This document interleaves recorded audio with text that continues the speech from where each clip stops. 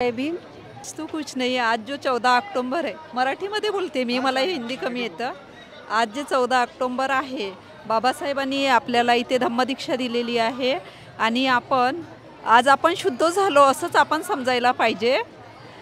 कारण आज जे आपण इथे उभा आहो हे आपण आपल्या परमपूज्य डॉक्टर बाबासाहेब आंबेडकर यांच्यामुळेच उभा आहो आणि इथे आल्यानंतर आपल्याला एक म्हणजे मनातील एवढी भावना जागृत होत असते की खरंच आज जर बाबासाहेब जन्माला आले नसते तर आपल्याला जिथे होतं तिथेच राहिलो असतो आपण। आणि आपण जे स्त्रियांना जो त्यांनी अधिकार दिलेला आहे, समानतेचा अधिकार दिला त्यांनी, की स्त्रिये ह्या आधीचं जे होतं त्यांचं चूल आणि मूल ह्या दोनच गोष्टी असायच्या, सती जाणे, अशा भरपूर काही परंपरा होत्या त्या त्यांनी नष्ट केल्या आणि स्त्रियांना स्वातंत्र्याचा अधिकार दिला त्यांनी।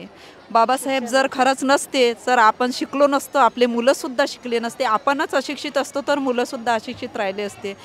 त्यांनी स्वतः घराच्या दाराच्या बाहेर राहून शिक्षण घेतलं, आपल्या मुलांनीसुद्धा त्यांचा उपदेश घेऊन सामोर जावं।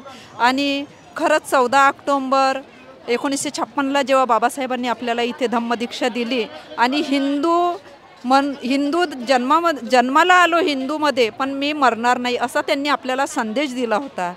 तर खरंच बाबासाहेब आपण खूप भाग्यवान आहो की आपण हिंदू धर्मामध्ये आपला मृत्यू नाही आहे, आपला मृत्यू हा बौद्ध धर्मामध्ये होणार आहे समोर।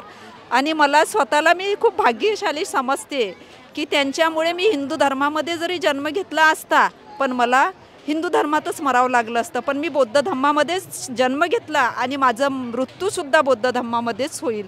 कारण आज जर बाबासाहेबांनी दीक्षा दिली नसती तर तोच काळ रिटर्न वापस आला असता आणि आपली जी परिस्थिती आहे तीच राहिली असती।